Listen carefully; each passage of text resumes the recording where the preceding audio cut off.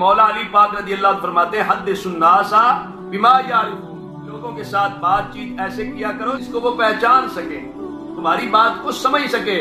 ऐसे ना हो कि वो तुम्हारी बात से अल्लाह रसूल को भी जुटलाना शुरू कर दे। जो हदीस पाक को सही नहीं समझ सकेगा, बयान करने वाले का अगर अंदाज दुरुस्त नहीं है, हदीस पाक को वो सही नहीं समझ सकेगा, माज़अल्लाह हुजूर अलैहिस्सलातु वस्सलाम की बात को तो जुटलाना बनेगा। ऐसे करना ठीक नहीं होता।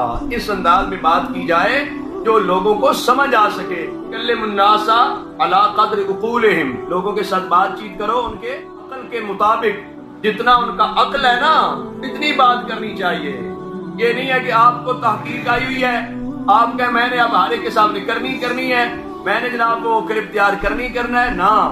आप वो अपनी ज़ाती तहकीक अपने पास रखें, आप लोगों के सामने उस अंदाज में बात करें जो उनको समझ सके। फुक़हा कराम ने कहा मन लम यारिफ आल ज़मानी ही फहुव जाहिल, जो अहले ज़मान को नहीं समझता, जो लोगों के उकूल को नहीं समझता, उनके माहौल को नहीं समझता, जिस माहौल में उसने तबलीग करनी है उस माहौल को ही नहीं समझता, लोगों को ही नहीं समझता, तो वो जाहिल है। बात इस अंदाज में न करे जिस अंदाज में लोग फितने में पड़ जाए। बंदे का अंदाज भी ठीक होना चाहिए, बात को अच्छे अंदाज में करना चाहिए ताकि लोग उससे फैज़याब हो सके, वरना लोगों का नुकसान हो जाए।